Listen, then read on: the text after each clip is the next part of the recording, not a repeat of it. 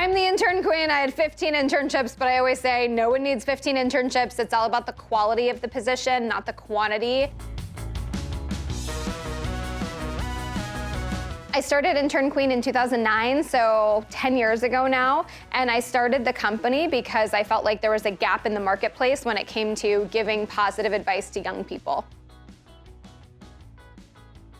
Passion is great, but it's not enough, so make sure that you have a way to monetize your business. I'm the intern queen. That's a very nice story that I have. I would love to talk to college students all day and give them advice for free, but I had to figure out how to monetize that and to make it pay the bills in order to make it work. A lot of internships that used to be unpaid are now paid. In fact, we're seeing as a trend, most internships convert over to paid opportunities. So I think that unpaid internships can be great opportunities, but you have to make sure that you know about the experience.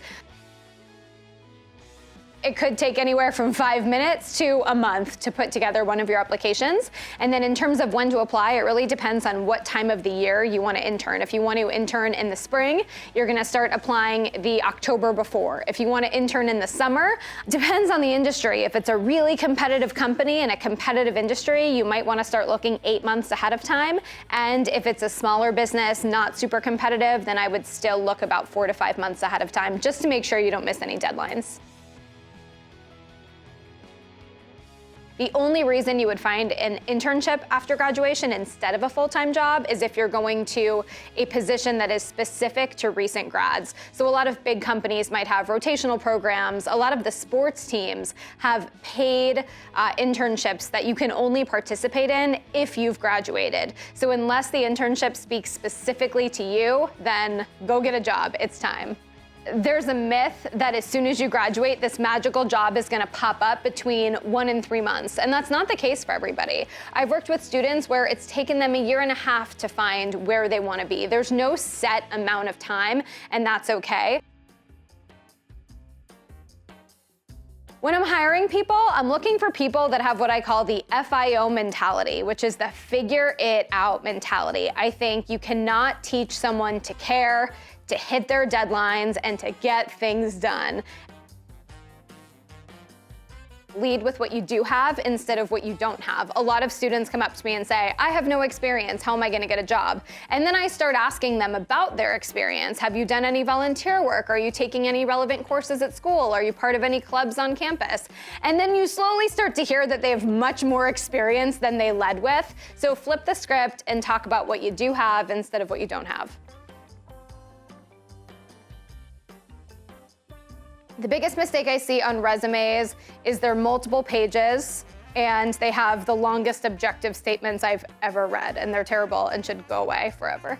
The cover letter, I think the biggest mistake is that people write a generic cover letter and they send it to 500 people, and you can tell in 2 seconds that it was not written for you, it was written for everybody in the land.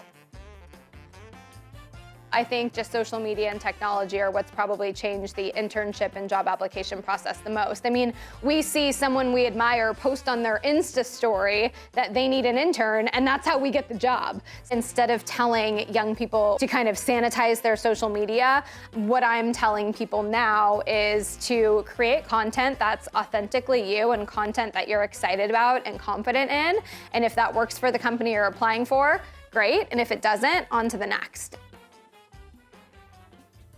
Something that I think is missed in school that I try to teach as part of my Intern Queen education to the world is that rejection is here forever. I think that when you're younger, you're taught that you're gonna get rejected like once during the job search, and then that's gonna be it. Like once you get that job, you're on the successful path, and it's just up from there. And I think a hard lesson that everyone in the real world learns every day is that some days are up and some days are down, and that's okay, that's all part of life. The thing that motivates me is the students that we help. Since I've been doing this for 10 years, I've had the privilege of watching students go from Intern Queen now onto our CareerQueen brand, and they're really successful. They have really cool jobs. They're doing all of these great things, and I get to say that I was the smallest, tiniest part of their journey to success.